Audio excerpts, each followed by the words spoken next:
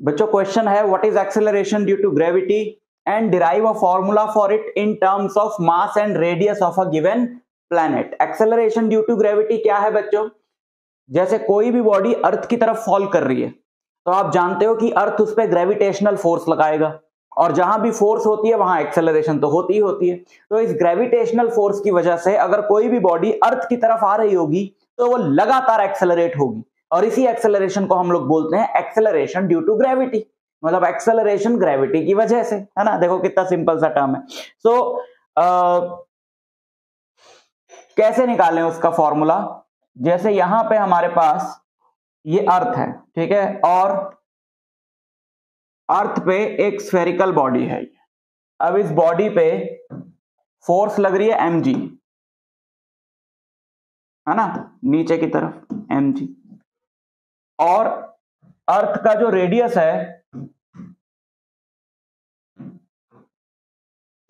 अर्थ का जो रेडियस है यानी कि ये, इस रेडियस को हम ले लेते हैं r, और ये जो बॉडी है इसका मास हम ले लेते हैं m, और ये जो अर्थ है इसका मास हम ले लेते हैं कैपिटल M। सो इस बॉडी का जो वेट है वो क्या होगा? इस बॉडी का वेट होगा mg, और अर्थ और इस बॉडी के बीच में जो ग्रेविटेशनल फोर्स है वो होगी g mass of earth into body of mass of body into R square. देखो न्यूटन्स लॉ ऑफ ग्रेविटेशन में जो r होता है वो बॉडीज के सेंटर्स के बीच का डिस्टेंस होता है, बट इस बॉडी का जो साइज है वो इतना छोटा है एज कंपेयर टू अर्थ कि बॉडी के सेंटर और अर्थ के सेंटर के बीच का जो डिस्टेंस है उसे हम अर्थ का रेडियस ही ले रहे हैं, हम बॉडी के साइज को इग्नोर कर रहे हैं। और आप जानते हो कि वेट क्या होता है? वेट ही तो वो फोर्स है जिससे बॉडी अर्थ की तरफ अट्रैक्ट होती है, और ये भी वो फोर्स है जिससे बॉडी अर्थ की तरफ अट्रैक्ट हो रही है। इसका मतलब है कि ये दोनों इक्वल हैं, तो हम लिख सकते हैं mg equal to g m by r square. m से m कटा, g जो है वो gm बाय r स्क्वायर आएगा। तो ये है एक्सेलरेशन ड्यू टू ग्रेविटी का formula which is independent of the mass of the body. ठीक है, बॉडी के मास पे डिपेंड नहीं करता। अर्थ के लिए देखो g की वैल्यू तो फिक्स है 6.67 इंटू 10 की पावर -11। अर्थ के लिए m जो है यानी अर्थ का मास वो है 6 into 10 raise to power 24 kg, और radius of the earth is 6.4 into 10 raise to power 6 metre, और g की वैल्यू आपने पुट करी। तो ये सारी वैल्यूज यहां पे पुट करके ये जो वैल्यू हमें मिली है 9.8 मीटर पर सेकंड स्क्वायर, ये वैल्यू हमको इस फॉर्मूले से मिली है 9.8 मीटर पर सेकंड स्क्वायर। तो बच्चों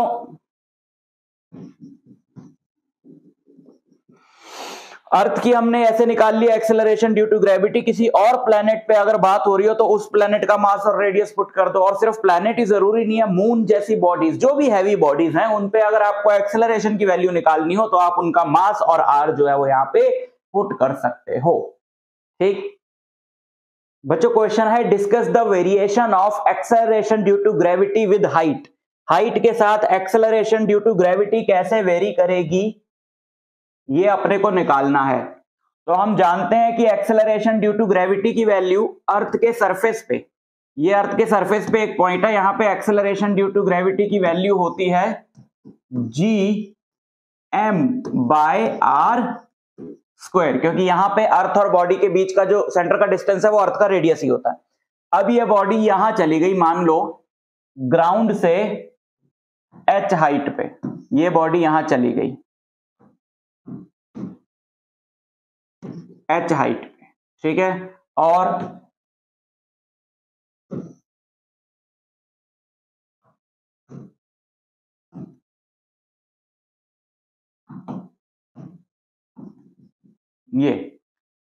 ये पॉइंट है, सपोज कोई भी पॉइंट का नाम देने की जरूरत नहीं है। तो बताओ जब वो बॉडी यहां चली गई, मान लो यहां पे एक्सेलरेशन ड्यू टू ग्रेविटी है g डैश, तो जो g डैश है वो है gm upon r plus h का होल स्क्वायर।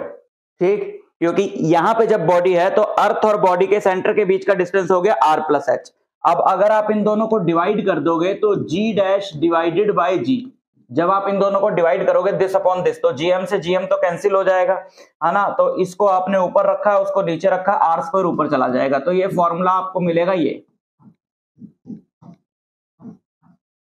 ठीक है। जी की वैल्यू आप जानते हो, तो अगर आपको हाइट दी जाए तो आप एक्सेलरेशन ड्यू टू ग्रेविटी की वैल्यू निकाल सकते हो उतनी हाइट पे। तो ये तो बड़ा ही छोटा सा डेरिवेशन था, लेकिन इस डेरिवेशन में एक चीज और है कि अगर ये हाइट काफी छोटी हो as compare to the radius of earth, क्योंकि जैसे हम इंसान लोग क्या है कि बहुत ज्यादा ऊपर तो जाते नहीं है ना। हमारी बिल्डिंग्स की हाइट कितनी है, हमारे इंटरनेशनल स्पेस स्टेशन की हाइट कितनी है, या हमारे माउंटेन्स की हाइट कितनी है, तो वो हाइट बहुत कम है as compare to the radius of earth. International space station आपका 400 किलोमीटर की हाइट पर है और जो अर्थ का रेडियस है वो 6400 किलोमीटर है, तो बहुत डिफरेंस है। तो एक केस हम लें कि अगर पहले तो देखो ये वाला फॉर्मूला तो हर हाइट के लिए वैलिड है। अब जो हम फॉर्मूला निकालने जा रहे हैं वो केवल उन हाइट्स के लिए वैलिड है जो बहुत छोटी है as compare to the radius of earth. तो g dash by g equal to,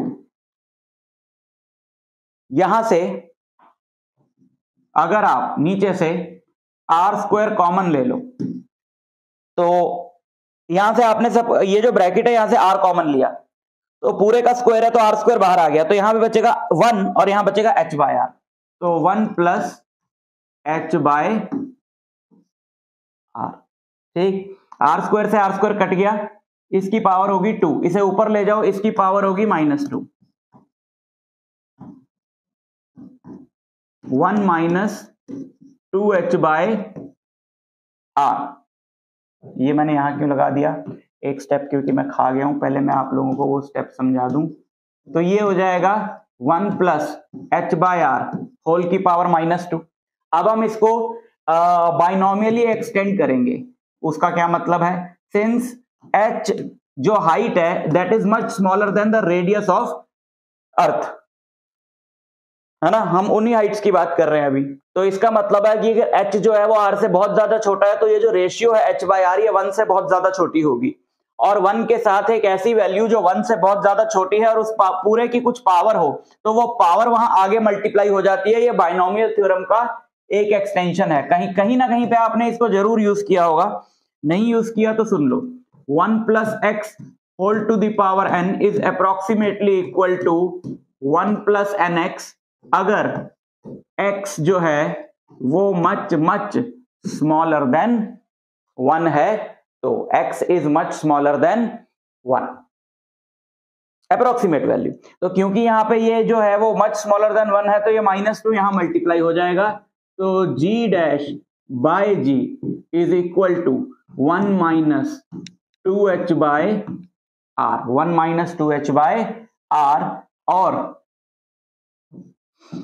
आप चाहो तो इस g को उधर मल्टीप्लाई करा दो, तो आपके पास g डैश का फॉर्मूला आ जाएगा डायरेक्ट उन हाइट्स के लिए जो बहुत छोटी है as compare to the radius of earth. For example earth का रेडियस है 6400 किलोमीटर, तो आप ये फॉर्मूला यूज कर सकते हो लगभग 300-400 किलोमीटर की हाइट तक। मतलब जितनी ज्यादा हाइट होगी उतना ज्यादा डेविएशन आ जाएगा वैल्यू में, जितनी कम हाइट होगी इस फॉर्मूले से उतना करेक्ट आंसर आएगा। एंड अगर इस g को आप नीचे ले आओ वापस और उधर ले जाओ, तो ये हो जाएगा आपका ये, तो इसकी आपको वैल्यू मिलेगी 2h बाय आर। अगर आप एलसीएम ले लो, g minus g dash by g into 100, तो ये आपको मिल जाएगा percentage change 2h by R into 100, कि h हाइट पे कितना परसेंटेज चेंज हुआ है g की वैल्यू में, ठीक है। g डैश ये आएगा यहाँ पे 1, ये आ गया उधर, ये आ गया इधर, ठीक है। तो परसेंटेज चेंज अगर आपको निकालना हो कि h हाइट पे एक्सेलरेशन ड्यू टू ग्रेविटी की वैल्यू में कितने परसेंट का चेंज आया है, तो आप ये यूज कर सकते हैं। क्वेश्चन है discuss the variation of acceleration due to gravity with depth. पिछले वीडियो में हमने हाइट के साथ कैसे चेंज होती है एक्सेलरेशन ड्यू टू ग्रेविटी, उसकी बात की थी। अब हम बात करते हैं कि डेप्थ के साथ कैसे चेंज होती है एक्सेलरेशन ड्यू टू ग्रेविटी। मान लो अर्थ के सरफेस पर एक पॉइंट है और यहां पे हम जानते हैं कि एक्सेलरेशन ड्यू टू ग्रेविटी है जी, फिर मैं डी डेप्थ नीचे आया और यहां पर एक्सेलरेशन ड्यू टू ग्रेविटी है जी डैश, और उसी की वैल्यू मुझको फाइंड करनी है ये। और अर्थ का जो रेडियस है यानी ये पूरा, ये रेडियस है आर, ठीक है, ये जो रेडियस है ये है आर, तो ये है ओ।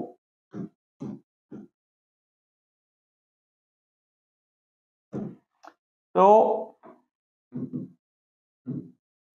ये जो डेप्थ है इतनी, ये वाली जो डेप्थ है ये डी है, तो ये जो डिस्टेंस हुआ ये आर माइनस डी हुआ, ठीक है, इतना डिस्टेंस क्या हुआ आर माइनस डी। तो जी जो है सरफेस पे एक्सेलरेशन ड्यू टू ग्रेविटी की वैल्यू होती है G M by R square, और जी डैश जो होगा, जी डैश यानी कि इतनी डेप्थ पे ये जी डैश, यहां पे एक्सेलरेशन ड्यू टू ग्रेविटी की वैल्यू होगी G M by R minus D का होल स्क्वायर, क्योंकि अब इस पॉइंट का अर्थ के सेंटर से डिस्टेंस कितना आर माइनस डी। लेकिन क्या यहां पे अर्थ का मास लगेगा?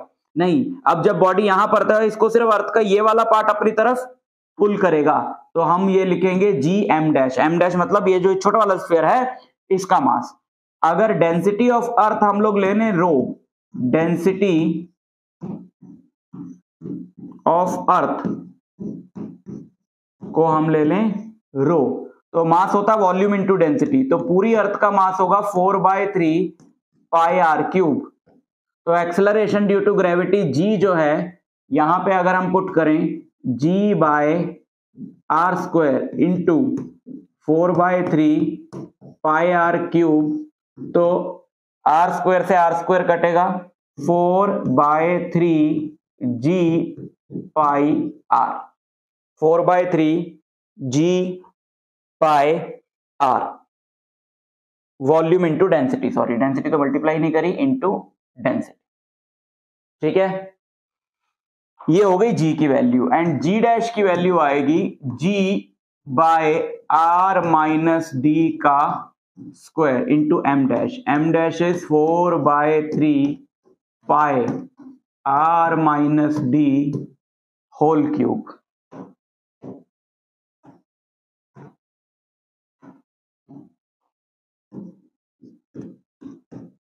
Four by 3 G pi R minus D. ये तो अगर हम इनको डिवाइड करें तो g अपॉन जी डैश क्या आएगा? जब आप इसको इससे डिवाइड करोगे तो ऊपर आपका r बचेगा और नीचे r माइनस डी बचेगा। यहाँ g डैश बाई जी कर लो, वो ज्यादा इजी। अच्छा g डैश की तो वैल्यू चाहिए ना हमें, तो g डैश बाई जी, यहां से केवल, अच्छा यहां भी रो नहीं लिखा, मैं रो लिख क्यों नहीं, ठीक है, वॉल्यूम इंटू डेंसिटी होता है ना मास। तो जी डैश ये वैल्यू यहां रखी और इसके नीचे रखा, तो 4/3 से 4/3 कट गया, जी से जी कट गया, पाई से पाई कटेगा, रो से रो कटेगा, तो यहां पे बचेगा R minus D by R. G को उधर मल्टीप्लाई कर दिया तो G dash equal to G 1 minus D by R. ये आर दोनों के नीचे ले गए, आर बाय आर 1 हो गया और डी बाय आर बच जाएगा, ये ठीक है। और परसेंटेज चेंज अगर आपको निकालना हो, परसेंटेज चेंज कैसे निकालोगे? इस जी डैश को इधर ले आओ, 1 माइनस, यहां से हम क्या लिख सकते हैं, 1 minus G dash by G equal to D by R, है ना। यहां से आप क्या लिख सकते हो, 1 minus G dash by G equal to D by R, और G minus G dash upon G into 100 is equal to D by R into 100। तो डी डेप्थ पे एक्सेलरेशन ड्यू टू ग्रेविटी की वैल्यू में कितना percent का change होगा, D by R into 100। तो percentage change भी निकालने को बोल सकता है और यहां पे कुछ भी पूछ सकता है। ये वैल्यू रहेगी डी डेप्थ पे एक्सेलरेशन ड्यू टू ग्रेविटी। बच्चों क्वेश्चन है what is gravitational field intensity and derive an expression for it and write its SI units. Gravitational field intensity, simply referred as gravitational field, is a vector quantity that represents the force experienced by a unit mass placed at a point in a gravitational field. क्या मतलब है बच्चों, जैसे यहां पे कोई भी body है, मान लो अर्थ है, यहां पे अर्थ है और यहां पर एक पॉइंट है, यहां पर एक पॉइंट है, तो यहां पे हमें यह बताना है कि जो ग्रेविटेशनल फील्ड है वो कितनी स्ट्रांग है ना। किसी भी पॉइंट पे ग्रेविटेशनल फील्ड को नापा कैसे जाए कि कहां पे ग्रेविटेशनल फील्ड स्ट्रांग है, कहां पे ग्रेविटेशनल फील्ड वीक है, इस चीज को मेजर कैसे किया जाए। इस चीज को मेजर करने का जो तरीका है वो हमने क्या बनाया है कि बच्चों ग्रेविटेशनल फील्ड दिखाई तो देती नहीं है, महसूस होती है। और महसूस कैसे होती है कि अगर वहां पे एक बॉडी रखी हो, जैसे हमें कैसे पता चलेगा इस पॉइंट पे ग्रेविटेशनल फील्ड है, क्योंकि इस पॉइंट पे अगर बॉडी रखी है उसको छोड़ेंगे तो वो रुकी नहीं रहेगी, चल देगी, इसका मतलब है ग्रेविटेशनल फील्ड है। और जिस पॉइंट पे अगर बॉडी को रखा जाए और वो बहुत ज्यादा तेज चल दे, ऐसी बॉडी को आपको क्या लगता है कि आप 10,000 किलोमीटर की हाइट पे जाओगे और इसको छोड़ोगे, इतना तेज गिरेगी? नहीं, धीरे गिरेगी। तो जहां पर बॉडी पे फोर्स ज्यादा लगे उस पॉइंट पे ग्रेविटेशनल फील्ड जो है वो स्ट्रांग है, और जहां पर बॉडी पे फोर्स कम लगे उस पॉइंट पे ग्रेविटेशनल फील्ड वीक है। लेकिन बॉडी तो दोनों जगह पे सेम होनी चाहिए। ऐसा तो हो नहीं सकता कि एक जगह आप बहुत हैवी बॉडी से एक्सपेरिमेंट कर लो, दूसरी जगह पे लाइट बॉडी से एक्सपेरिमेंट कर लो। तो यहां पे अगर आप निकालना चाहते हो कि ग्रेविटेशनल फील्ड की इंटेंसिटी क्या है, तो आपने यहां पे सपोज एक m मास की बॉडी को प्लेस किया, यहां पे आपने एक बहुत छोटी, इतनी छोटी कि वो उसकी अपनी ग्रेविटेशनल फील्ड ना हो कि वो इसको अफेक्ट करे, बहुत छोटी, जिसको हम लोग बोलते हैं पॉइंट मास, वो आपने प्लेस किया m मास का, और उसको इस तरफ फोर्स लगी F, तो आप कहोगे कि यहां पे जो ग्रेविटेशनल फील्ड इंटेंसिटी है वो F/m है। यानी कि उस जगह पे एक 1 kg का ऑब्जेक्ट होता तो उस पे क्या फोर्स लगती, that is gravitational field intensity. और क्योंकि फोर्स वेक्टर है, मास स्केलर है, तो ऑब्वियसली ग्रेविटेशनल फोर्स इंटेंसिटी क्या होगी, एक वेक्टर क्वांटिटी होगी। तो हम ये डिफाइन करेंगे कि it represents the force experienced bye a unit mass placed at a point in a gravitational field. ठीक, इसकी वैल्यू एक इस तरीके से भी निकाली जा सकती है कि जैसे मान लो ये वाली बॉडी जो है उसका मास है कैपिटल M, और इन दोनों बॉडीज के बीच का जो डिस्टेंस है वो है r, इन दोनों बॉडीज के बीच का जो डिस्टेंस है वो है r। तो जो फोर्स होगी, अभी स्केलर में बात करते हैं, तो जो फोर्स होगी वो होगी m डिवाइडेड बाय r, या स्मॉल r ले लें, डिस्टेंस जब हम स्मॉल r ही ले रहे हैं हर केस में तो हमें स्मॉल r ले लेना चाहिए। ठीक है,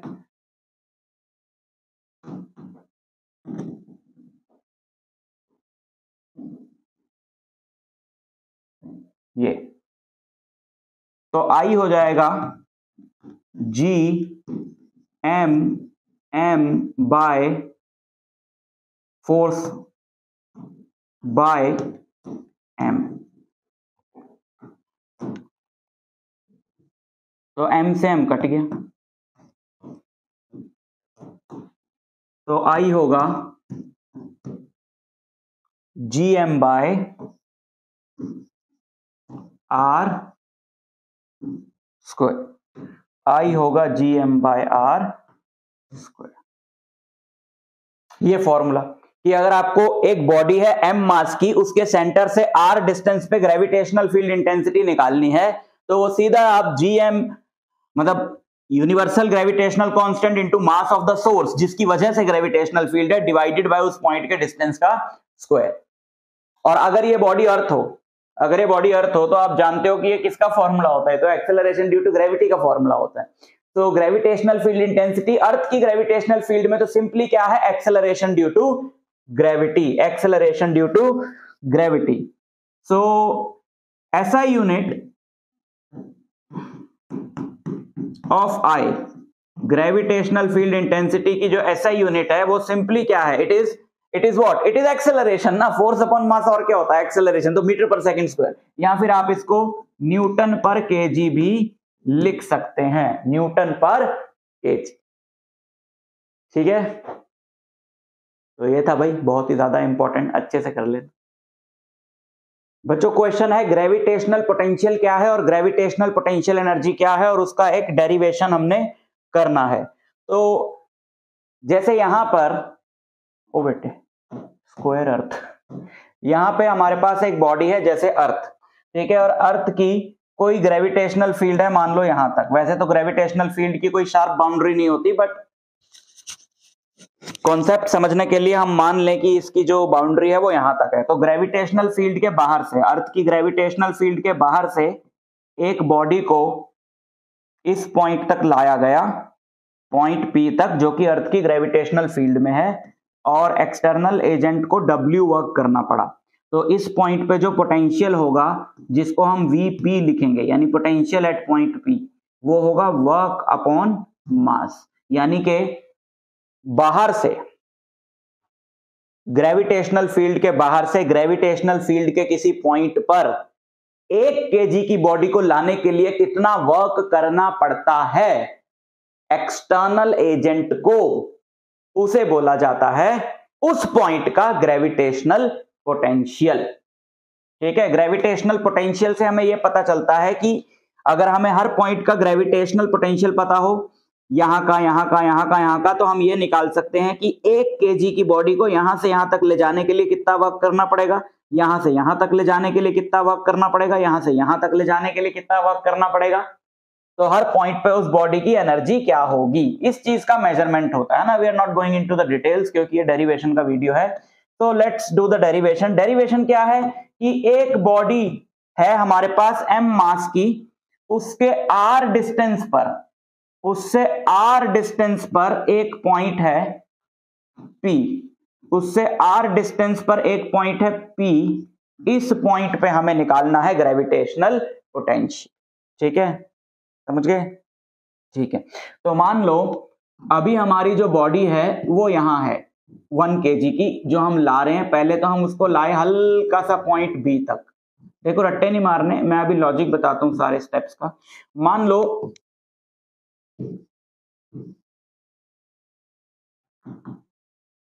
बच्चों, देखो हम क्या करेंगे, हम ग्रेविटेशनल पोटेंशियल की डेफिनेशन लगाएंगे, है ना। अगर मुझे ग्रेविटेशनल पोटेंशियल निकालना है इस पॉइंट पे, तो इस पॉइंट पे ग्रेविटेशनल पोटेंशियल क्या है, W/m। तो मुझे वर्क निकालना पड़ेगा और मास से डिवाइड करना पड़ेगा। वर्क होता है फोर्स इनटू डिस्प्लेसमेंट। तो फोर्स क्या है, जब बॉडी इधर से इधर लाई जा रही है तो उस पर कौन सी फोर्स लग रही है, ग्रेविटेशनल फोर्स लग रही है। अगर उस पे ग्रेविटेशनल फोर्स लगेगी इस तरफ F, ठीक है, तो ये जो फोर्स है ग्रेविटेशनल फोर्स, जैसे जैसे वो बॉडी इधर आ रही है, ये जो ग्रेविटेशनल फोर्स है, ये फोर्स बताओ कांस्टेंट है या वेरिएबल है। जैसे जैसे बॉडी इधर आएगी उसका डिस्टेंस चेंज होगा इससे, है ना, सोर्स बॉडी से। तो अगर डिस्टेंस चेंज होगा तो ये फोर्स भी चेंज होगी, क्योंकि ये फोर्स डिस्टेंस पे डिपेंड करती है। यानी कि जो वर्क डन हम निकालने जा रहे हैं इस फोर्स का, जब वो बॉडी बहुत दूर से इस पॉइंट तक लाई गई, वो वर्क डन है, work done due to a variable force. तो हम उस पे इंटीग्रेशन हमें लगानी पड़ेगी, हम उस पे सीधा फॉर्मूला नहीं लगा सकते W = फोर्स इंटू डिस्प्लेसमेंट, क्योंकि फोर्स कांस्टेंट नहीं है। ठीक, तो हमने ये मान लिया कि बॉडी को पहले हल्का सा dx मूव करा है, तो बताओ उस dx को मूव करने के लिए जो छोटा सा वर्क होगा dw, वो कितना होगा, F इंटू dx, है ना। और F क्या है, ठीक इस पॉइंट पे, क्योंकि इस पॉइंट का सेंटर से डिस्टेंस है x, तो ठीक इस पॉइंट पे जो F है वो होगा Gm/x²। ठीक है, मान लेते हैं जो बॉडी हम लोग मूव करा रहे हैं इसका मास है m, उससे हम ऑब्वियसली एंड में डिवाइड कर देंगे पोटेंशियल निकालने के लिए। तो टोटल वर्क क्या होगा when this body is moved from infinity to this point. x की लिमिट्स लगेंगी, क्योंकि dx लिखा है तो x वेरिएबल है, x की लिमिट्स लगेंगी, और x की इनिशियल वैल्यू है इन्फिनिटी, फाइनल वैल्यू कितनी है, ये जो डिस्टेंस है, ये डिस्टेंस है r, तो r, तो Gmm/x²। ठीक है, Gmm कांस्टेंट है, बाहर आ गया,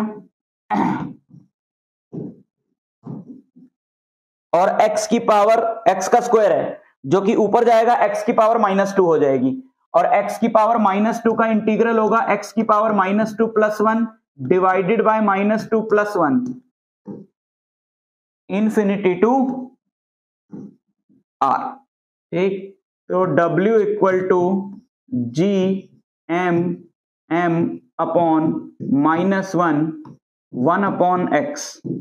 इंफिनिटी टू R। ठीक, तो वर्क डन कितना होगा, upper limit minus lower limit, तो वर्क डन होगा -GMM इंटू 1/R -1 इंफिनिटी। तो वर्क डन होगा -GMM/R। देयरफॉर पोटेंशियल होगा W/M। इसको M से डिवाइड कर दो तो जो पोटेंशियल होगा वो होगा -GM/R। तो ये डेरिवेशन आपको पूछा जाएगा एग्जाम में कि एक बॉडी है m मास की, बताओ उससे r डिस्टेंस पे पोटेंशियल क्या होगा। And SI unit of potential, SI unit of potential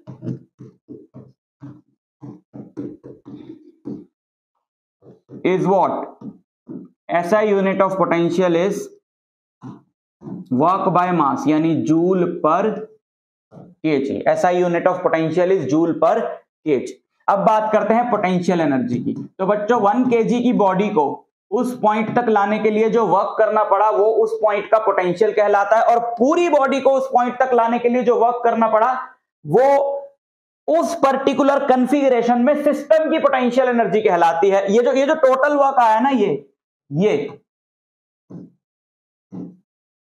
देखो, पहले बॉडीज के बीच का डिस्टेंस कितना था, इन्फिनिटी। तो बॉडीज के बीच में कोई इंटरेक्शन नहीं था, और जो पोटेंशियल एनर्जी थी दोनों बॉडीज के सिस्टम की वो 0 थी।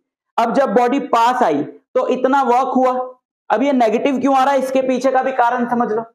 जब बॉडी पास आई तो ग्रेविटेशनल फोर्स की वजह से आई, तो एक्सटर्नल वर्क नहीं हुआ, बॉडी ने खुद वर्क किया। हम अगर इसको एक्सटर्नल मान के भी चलें तो ये नेगेटिव आएगा। इसका मतलब, नेगेटिव का मतलब होता है कि एक्सटर्नल नहीं हुआ, बॉडी ने खुद वर्क किया और उसकी एनर्जी घटी, तभी तो वर्क डन नेगेटिव आ रहा है। क्योंकि ग्रेविटेशनल फोर्स जो है वो एक अट्रैक्टिव फोर्स है। तो बॉडीज जब पहले इनफाइनाइट डिस्टेंस पे थी तो सिस्टम की एनर्जी थी 0। अब पास आने में बॉडीज ने वर्क किया तो ऑब्वियसली एनर्जी नेगेटिव हो जाएगी। तो बॉडीज जब इतनी पास आई, ये वाली तो चलो आई नहीं है, यहां पे आई, तो एक नई कॉन्फ़िगरेशन बनी है सिस्टम की। इस कॉन्फ़िगरेशन में इस सिस्टम की जो पोटेंशियल एनर्जी होगी वो होगी -GMM/R, क्योंकि इस कॉन्फ़िगरेशन को बनाने में इतना ही तो वर्क लगा है। तो that is called the potential energy of the system. तो जनरल फॉर्मूला अगर हमें लिखना हो पोटेंशियल एनर्जी का सिस्टम की, ये मास है m1, ये मास है m2, इनके बीच का जो डिस्टेंस है वो है r। तो पोटेंशियल एनर्जी सिस्टम की U होती है -GM1M2 डिवाइडेड बाय R। ठीक है, और पोटेंशियल एनर्जी की जो SI यूनिट है वो तो जूल ही होगी। आपने जो फॉर्मूला पढ़ा है ना पोटेंशियल एनर्जी का mgh, वो तो सिर्फ 2 पोजीशंस के वर्क डन के बीच का जो वर्क डन है। जैसे आपने एक बॉडी को h हाइट पे लेकर गए अर्थ के सरफेस से यहां से यहां, तो आपको बोला है कि यहां पोटेंशियल एनर्जी होती है mgh, क्योंकि हम मानते हैं यहां 0 होती है, तो इन दोनों लेवल्स के बीच के वर्क का जो डिफरेंस है वो होता है mgh। कैसे, पहले वो बॉडी अर्थ के सरफेस पर है तो उसका U1 हुआ -GMM/R, क्योंकि अगर वो बॉडी यहां है तो बॉडी और अर्थ के सेंटर के बीच का डिस्टेंस तो R ही हुआ ना। फिर वो बॉडी h हाइट पे चली गई तो U2 हुआ -GMM/R प्लस h। तो अगर आप इन दोनों को सब्ट्रैक्ट करोगे ना तो आपको W मिलेगा U2 माइनस U1। तो W होगा U2, माइनस माइनस हो जाएगा प्लस, तो GMM कॉमन आ जाएगा, बचेगा 1/R minus 1/R plus h। तो W हो जाएगा, यहां से R कॉमन ले लो, 1 - 1/1 प्लस h बाय आर, है ना। इसको ऊपर ले जाओ तो G M M upon R 1 minus 1 plus H upon R की पावर माइनस 1, ठीक है। ये यहां मल्टीप्लाई कर दो तो ये यहां मल्टीप्लाई करोगे क्योंकि h अगर हम मान लें कि हाइट जो है बहुत छोटी है as compare to radius of earth, तो बाइनोमियल थ्योरम से हम इसको एक्सपेंड कर सकते हैं। यहां मल्टीप्लाई कर देंगे माइनस एच बाय आर हो जाएगा, फिर माइनस अंदर मल्टीप्लाई करके 1 माइनस 1 कट जाएगा और ये प्लस एच बाय आर हो जाएगा। तो ये बचेगा हमारा G M by R square into M into H, और G M by R square होता है एक्सेलरेशन ड्यू टू ग्रेविटी, तो एम जी एच, है ना। तो ये जो वर्क डन है दो लेवल्स के बीच में दैट इज एमजीएच, बट जो एक्चुअल फॉर्मूला है पोटेंशियल एनर्जी का बिना रेफरेंस लेवल के अगर हमको लगाना हो दो बॉडीज के बीच में जब डिस्टेंस आर है, तो पोटेंशियल एनर्जी उस सिस्टम की होती है minus G M one M two by R. ठीक, 3 डेरिवेशन हो गए एक तरीके से इस वीडियो के अंदर, एक तो पोटेंशियल का, एक पोटेंशियल एनर्जी का, और आपसे यह भी पूछा जा सकता है कि शो करो कि दोनों लेवल्स के बीच का जो वर्क डन होता है वो एमजीएच होता है। यहां से आया एमजीएच वाला फॉर्मूला, ठीक है। अच्छे से सब कुछ प्रिपेयर कर ले बच्चों। क्वेश्चन है what is a satellite, what is the principle for launching a satellite, derive an expression for orbital velocity of the satellite. Satellite एक ऐसी बॉडी है जो किसी प्लेनेट के अराउंड रिवॉल्व करती है। सैटेलाइट 2 तरीके की होती हैं, नेचुरल जैसे अर्थ की नेचुरल सैटेलाइट है मून, और मैन मेड जो कि बहुत सारी हैं। सैटेलाइट को लॉन्च करने का प्रिंसिपल ये है बच्चों कि सैटेलाइट को एक पर्टिकुलर हाइट पे अगर आप ले जाओ, किसी भी बॉडी को आप पर्टिकुलर हाइट पे ले जाओ और उसको आप फेंक दो हॉरिजॉन्टल डायरेक्शन में, हॉरिजॉन्टल डायरेक्शन में आपने इस बॉडी को फेंक दिया तो ये बॉडी अर्थ पे गिरेगी ऐसे। अगर आप थोड़ी ज्यादा स्पीड से फेंकोगे तो ऐसे गिरेगी, और ज्यादा स्पीड से फेंकोगे तो ऐसे गिरेगी, इतनी ज्यादा स्पीड से फेंको कि गिरे ही ना और अर्थ को मिस कर जाए, तो अल्टीमेटली अर्थ के अराउंड रिवॉल्व करना शुरू कर देगी। तो that is the principle of launching a satellite ना। पहले रॉकेट से ऊपर लेकर जाया जाता है एक पर्टिकुलर हाइट से, एक फिक्स्ड वेलोसिटी से जो पहले से कैलकुलेट करी जाती है, जो अभी हम करेंगे भी, उतनी वेलोसिटी से इस सैटेलाइट को हॉरिजॉन्टल डायरेक्शन में लॉन्च कर दिया जाता है। और लॉन्च करने की भी क्या जरूरत है उतनी वेलोसिटी से, रॉकेट की उतनी स्पीड होगी और वहां से जस्ट ड्रॉप कर दो सैटेलाइट को, तो सैटेलाइट की भी उस वक्त उतनी ही स्पीड होगी।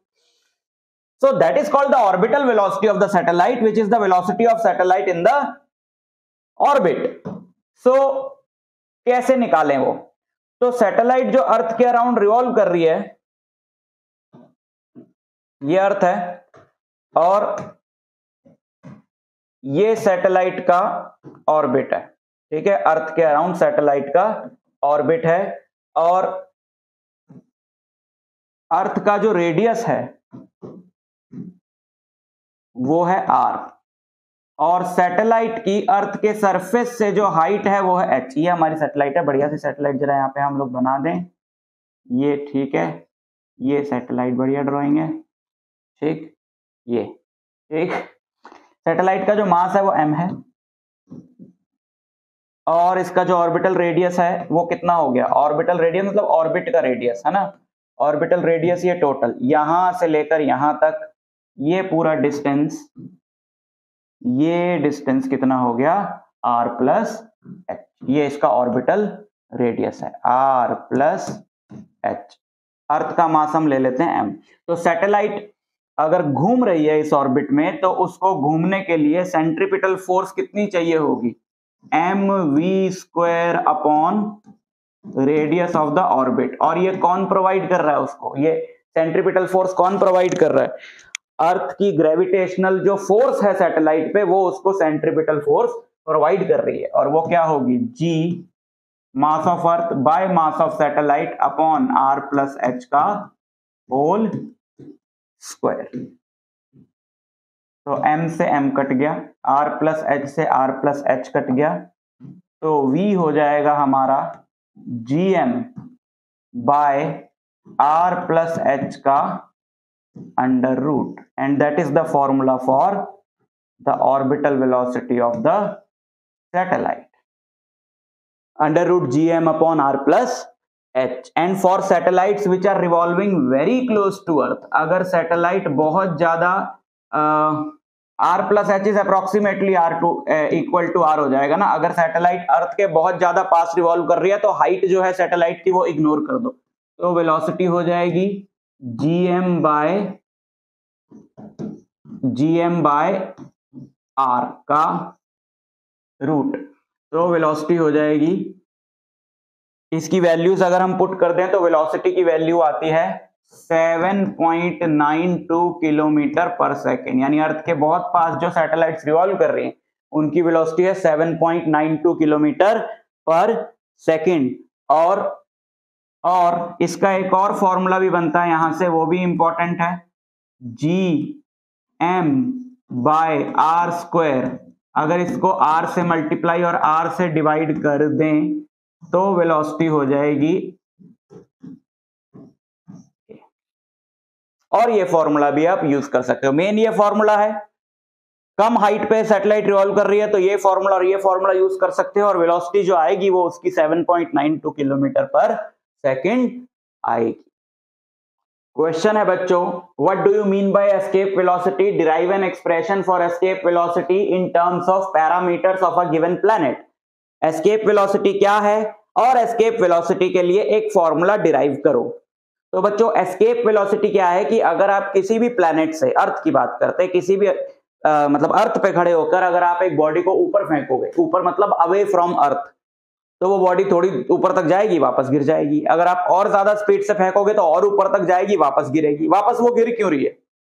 क्योंकि वो अर्थ की ग्रेविटेशनल फील्ड में अर्थ उसको खींच रही है। लेकिन ऐसा भी तो हो सकता है कि आप उस बॉडी को इतना तेज फेंको कि वो वापस गिरने से पहले ही अर्थ की ग्रेविटेशनल फील्ड को पार कर जाए और फिर वो वापस कभी गिरेगी ही नहीं। तो मिनिमम कितनी वेलोसिटी से एक बॉडी को अर्थ से अवे फेंका जाए कि वो अर्थ पे वापस ना गिरे? मिनिमम कितनी वेलोसिटी से कि जस्ट वो अर्थ की ग्रेविटेशनल फील्ड को पार कर जाए और वहीं रुक जाए चाहे? तो मिनिमम कितनी वेलोसिटी चाहिए, उसको बोला जाता है एस्केप वेलोसिटी। एस्केप होना मतलब है ना, उस वेलोसिटी से एस्केप हो जाएगी वो। उसका फॉर्मूला हम डिराइव करते हैं। ये अर्थ है और अर्थ के सेंटर से एक बॉडी है जिसको हमने, अर्थ के सरफेस से एक बॉडी को ऊपर फेंक दिया हमने, जो फिलहाल अर्थ के सेंटर से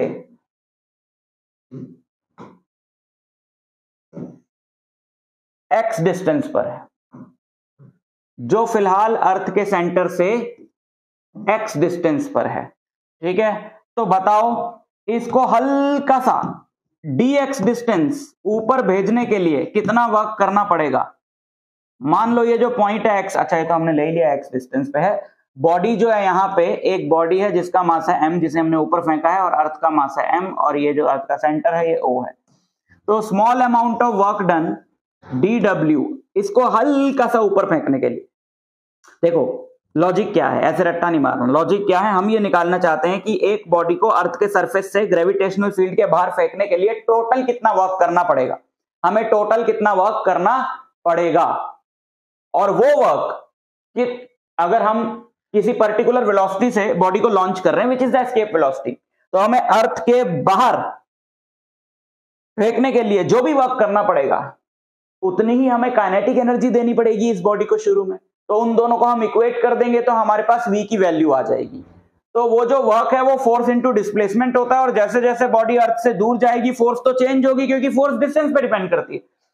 तो ये वेरिएबल फोर्स का वर्क है, तो इंटीग्रेशन लगेगी। तो पहले हल्का सा इसको dx मूव कराने के लिए वर्क करना पड़ा gmm by x square into dx, क्योंकि यहां पे बॉडी पे फोर्स कितनी लग रही है, gmm बाय x स्क्वायर, क्योंकि यहां तक का डिस्टेंस है x इंटू dx।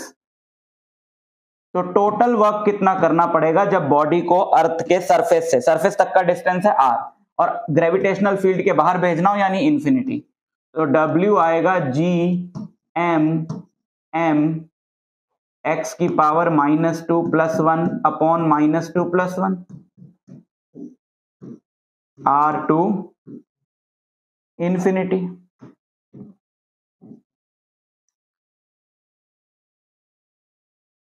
समझ आ गया ना? gmm को मैं बाहर ले गया, कांस्टेंट है, x की पावर -2 थी ऊपर ले गया, सॉरी 2 थी ऊपर ले गया, -2 हो गई, x की पावर n वाला फॉर्मूला लगा दिया इंटीग्रेशन का, x की पावर n + 1 अपॉन n + 1।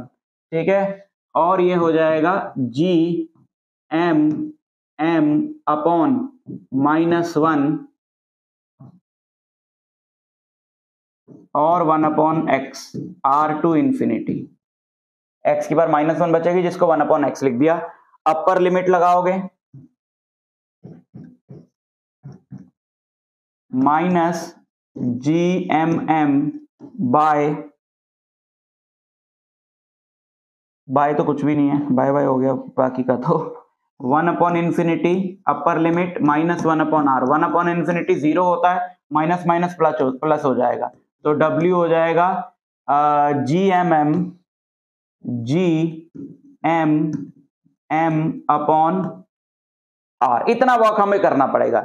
और at the time of launch अगर वेलोसिटी हमने वीई ली है, वही तो एस्केप वेलोसिटी है ना, वीई वेलोसिटी से इसको लॉन्च किया है, therefore kinetic energy half mve square should be equal to gmm by r।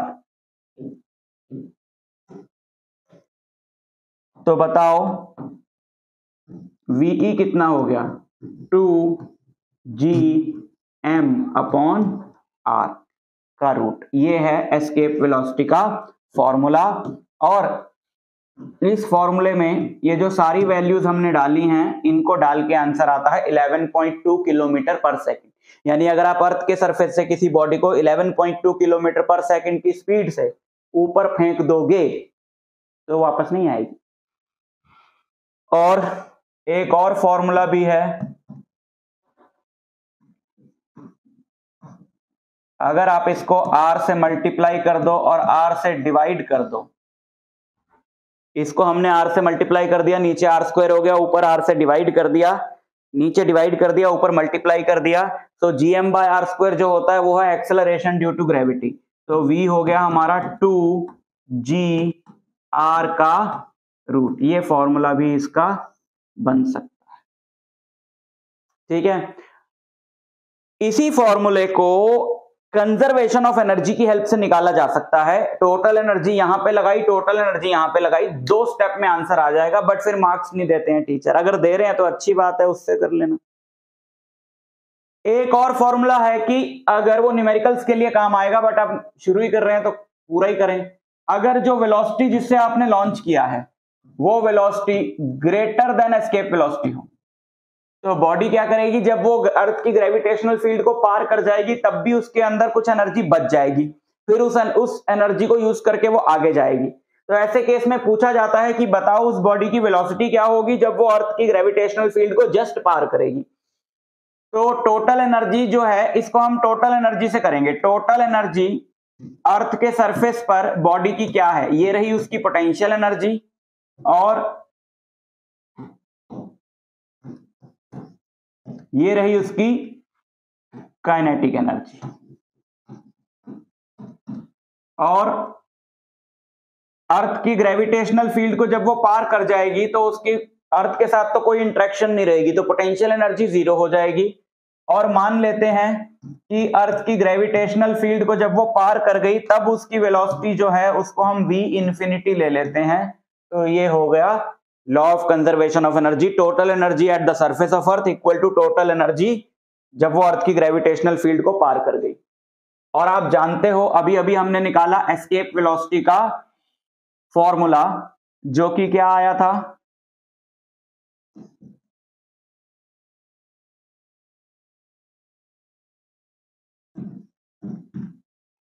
To G M by R का अंडर रूट। ठीक है, तो इसका मतलब है जो gm बाय आर की वैल्यू होगी, पहले तो आप चलो अभी रखते हैं, gm बाय आर की जो वैल्यू होगी वो होगी वी स्क्वायर बाय 2। ठीक है, वो यहां पे आप पुट करो, तो माइनस gm बाय आर की जगह आप पुट कर दो V square divided by 2 into m plus half m v square equal to half m v infinity का स्क्वायर। m से m काट दो, हाफ से हाफ काट दो, तो v इंफिनिटी आ जाएगा under root v square minus VE square. इस फॉर्मूले से आप निकाल सकते हो कि जब वो अर्थ की ग्रेविटेशनल फील्ड को पार करेगी तो उसकी वेलोसिटी क्या होगी, under root square of the velocity जिससे आपने लॉन्च किया है minus square of escape velocity. तो ये सारी चीजों का ध्यान रखना आप एस्केप वेलोसिटी के अंदर, इससे रिलेटेड क्वेश्चन आ सकता है। मिलता हूं आपसे नेक्स्ट क्वेश्चन। पहला लॉ जो है उसको लॉ ऑफ ऑर्बिट्स भी कहा जाता है, और ये कहता है कि orbits of planets are elliptical in shape and sun is situated at one of the foci of the ellipse. क्या कहता है ये लॉ? ये कहता है कि जो प्लैनेट्स के ऑर्बिट्स हैं सन के अराउंड वो सर्कुलर नहीं है जैसा हम लोग अब तक समझते आ रहे थे। प्लैनेट्स के जो ऑर्बिट्स हैं सन के अराउंड वो इलिप्टिकल है शेप में। आप देख रहे हो ये सन है, ये प्लैनेट है, तो ये इसका ऑर्बिट है, इलिप्टिकल शेप का ऑर्बिट है, और सन भी उस इलिप्स के सेंटर में नहीं है। ये जो इलिप्स है, ये जो लाइन यहां पे ड्रॉ करी है, इस लाइन को हम लोग बोलते हैं माइनर एक्सिस इलिप्स का, और इस वाली लाइन को हम लोग बोलते हैं मेजर एक्सिस इलिप्स का। ठीक है, तो ये माइनर एक्सिस है, ये मेजर एक्सिस है। मेजर एक्सिस पे दो पॉइंट्स होते हैं सेंटर से बराबर डिस्टेंस पे, एक इधर एक इधर, और उन दोनों पॉइंट्स को इलिप्स के फोकस बोला जाता है। ठीक है, प्लूरल में फोकाई बोलते हैं। तो ये कहता है, पहला लॉ कहता है कि जो ऑर्बिट्स हैं प्लैनेट्स के सन के अराउंड वो इलिप्टिकल शेप के हैं, और सन जो है वो उस इलिप्स के सेंटर में नहीं है, एक फोकस पे है। ठीक, इस लॉ को लॉ ऑफ ऑर्बिट्स कहा जाता है। क्लियर? ओके। सेकंड लॉ, ये बहुत इंपॉर्टेंट लॉ है सेकंड वाला, और इसको हम प्रूव भी करने जा रहे हैं। सेकंड लॉ को लॉ ऑफ एरियाज भी कहते हैं। ये लॉ कहता है the radius vector drawn from sun to a planet sweeps out equal areas in equal intervals of time, that is areal velocity of a planet around the sun is always constant. क्या कहा जा रहा है बच्चों, ध्यान से सुनना। यहां पर बात हुई है रेडियस वेक्टर की। रेडियस वेक्टर क्या होता है?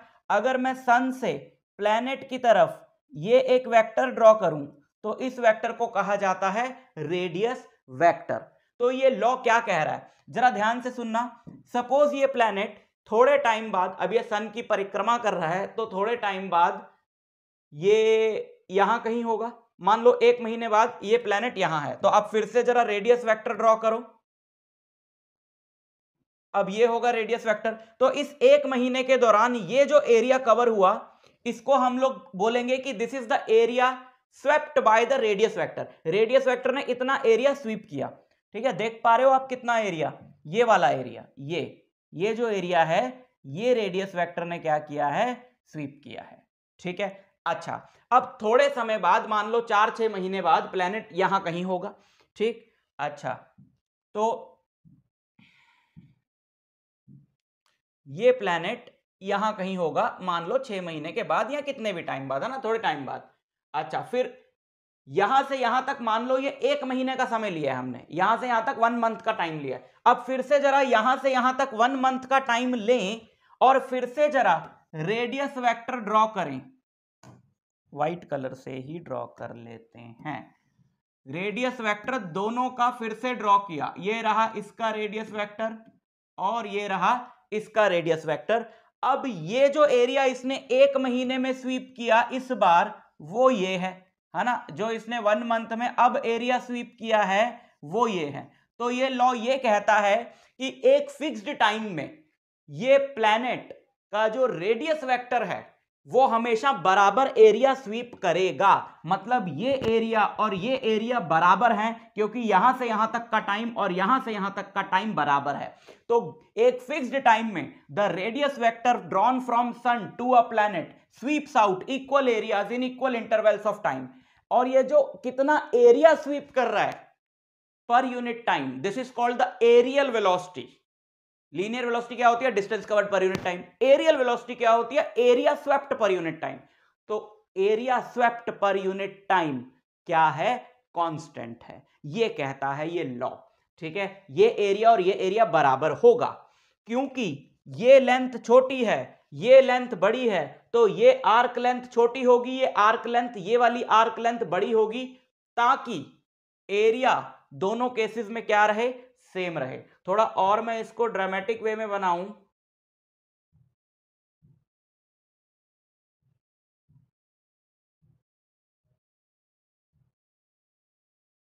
तो ये हमें थोड़ा और दूर बना लेना चाहिए था। सेलेक्ट हो जा प्लेनेट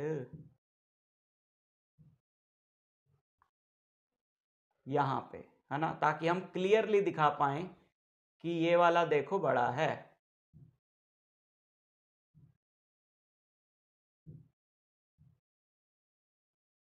ये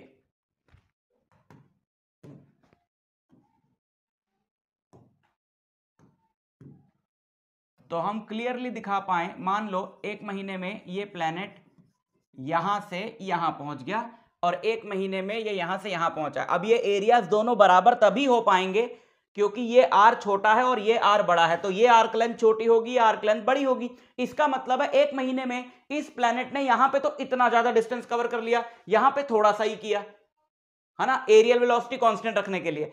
तो इसका मतलब यह है कि जब प्लैनेट सन के पास आता है उसकी स्पीड बढ़ जाती है और जब प्लैनेट सन से दूर चला जाता है उसकी स्पीड कम हो जाती है। ठीक, अच्छा, इस वाले लॉ को हम लोग करने जा रहे हैं प्रूव।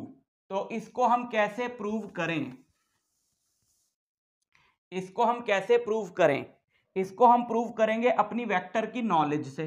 ये है इसका रेडियस वेक्टर आर, है ना, मान लो, और यहां से ये यहां पहुंचा तो ये क्या हो गया, तुम सब जानते हो कि ये क्या हो गया, डिस्प्लेसमेंट वेक्टर डेल्टा आर, है ना। इसको अलग वेक्टर तो नहीं मान लोगे तुम? मान भी सकते हो भैया। ये आर है और फिर ये पोजीशन इसकी पी है, ये इसकी पोजीशन है P और ये इसकी पोजीशन है Q, तो डिस्प्लेसमेंट वेक्टर हुआ PQ। और इसी PQ वेक्टर को यहां लिख देता हूं, इसी PQ डिस्प्लेसमेंट वेक्टर को हम क्या ले सकते हैं, डेल्टा आर, क्योंकि डिस्प्लेसमेंट वेक्टर है ये। ठीक, अच्छा, आपने क्रॉस प्रोडक्ट में पढ़ा होगा कि ये जो ट्राइंगल बन रहा है इसका एरिया होता है, ये वाला जो एरिया होगा एनक्लोज्ड एरिया, ये area delta R, delta A sorry, ये क्या होगा, half R cross delta R, है ना। ये वाला जो एरिया है, ये वाला जो एरिया है, ये जो एरिया है, ये क्या होगा, आर क्रॉस डेल्टा आर। ये बहुत बहुत ही बड़ा आर्क है, तो इसका कर्वेचर इग्नोर करके हम ये मान सकते हैं कि ये और ये लाइन ऑलमोस्ट सेम है। तो इसको हम ट्राइंगुलर शेप मान के, इसको हम ट्राइंगुलर शेप मान के इस ट्राइंगल का area R cross delta R कर सकते हैं, half R cross delta R, क्योंकि क्रॉस प्रोडक्ट में हमने पढ़ा था कि एरिया होता है ट्राइंगल का half into cross product of the adjacent sides. तो ये हो गया, आगे बढ़ते हैं।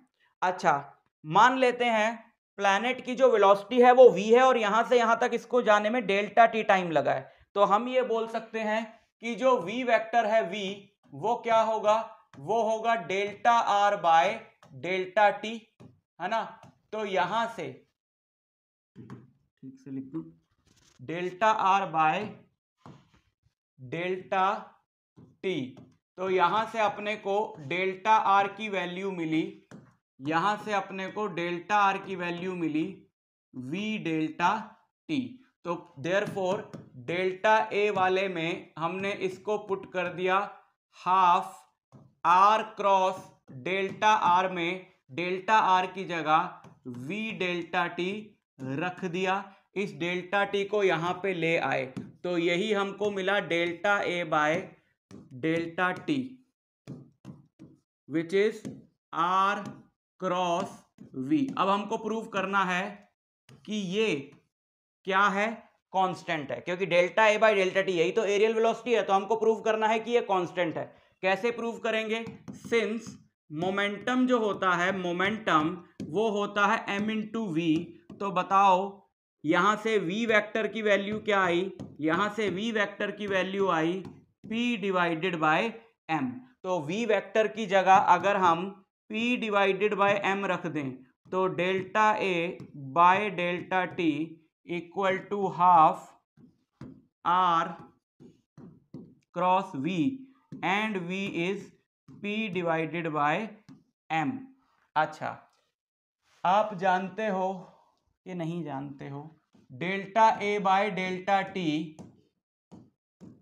Delta a by delta t is half m, half m बाहर आ गया, अंदर क्या बचा r क्रॉस p, और आप जानते हो r क्रॉस p होता है एंगुलर मोमेंटम l।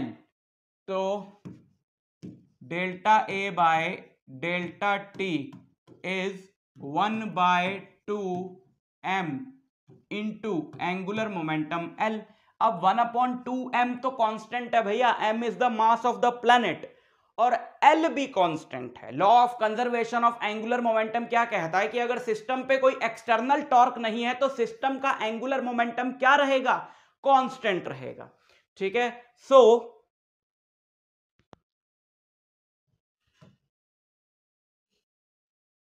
इससे हमें क्या पता चला, इससे हमें यह पता चला कि delta A by delta T पूरा क्या आया, delta A by delta T पूरा क्या आया, कांस्टेंट आया।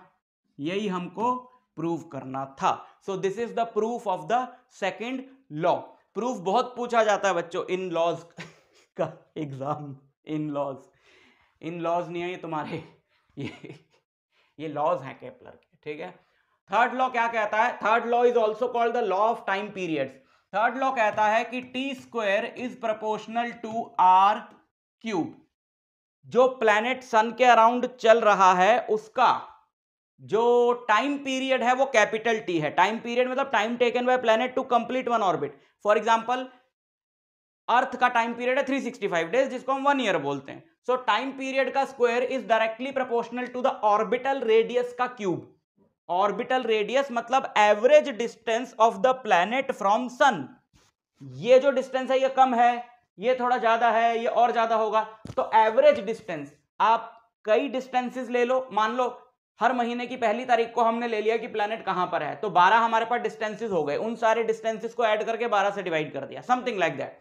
तो average distance of the planet की ऑन एन एवरेज प्लैनेट कितना दूर रहता है सन से, that is R, which is the orbital radius. So ये लॉ ये कहता है कि T square is proportional to R cube. Square of the time period of the planet is directly proportional to the cube of orbital radius. इसको भी हम prove करने वाले हैं। कैसे, जो प्लैनेट है उसका मास ले लो m, उसकी वेलोसिटी ले लो v, उसका ऑर्बिटल रेडियस तो हमने लिया ही हुआ है r, तो उसको जो सेंट्रीपिटल फोर्स चाहिए होगी सन के अराउंड घूमने के लिए, वो कौन प्रोवाइड करेगा, वो उसको प्रोवाइड करेगा सन और प्लैनेट के बीच में जो ग्रेविटेशनल फोर्स ऑफ अट्रैक्शन है वो, which is gmm by r square। Capital M is the mass of the sun. Now m जो है वो m से कट गया, r जो है वो r से कट गया, क्या बचा, बचा v स्क्वायर जिसकी value I gm by r। And since v क्या होता है, वेलोसिटी, एक पूरे ऑर्बिट में चलते हुए कितना डिस्टेंस कवर करेगा प्लैनेट, 2πr, उसको टाइम कितना लगा, capital T, which is the time period. तो v की जगह यहां पे हम रख दें, v की जगह यहां पे हम रख दें 2πr बाय t का square equal to gm by r, gm by r। Squaring इसको खोल दें हम, 4π square r square divided by t square equal to gm by r। अब इसको इधर ले जाएं, इसको उधर ले जाएं, तो हम ये बोल सकते हैं 4π स्क्वायर, ये r इधर आ गया, r cube equal to gm into T square. और अगर मैं ये वाली साइड पहले लिख लूं और इस gm को नीचे ले जाऊं तो मैं लिख सकता हूं ये,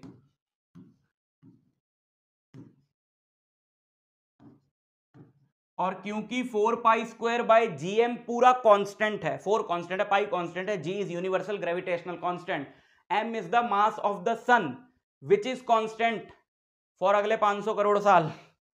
तो हम ये कह सकते हैं कि T square is proportional to R cube because this part is constant. समझ गए।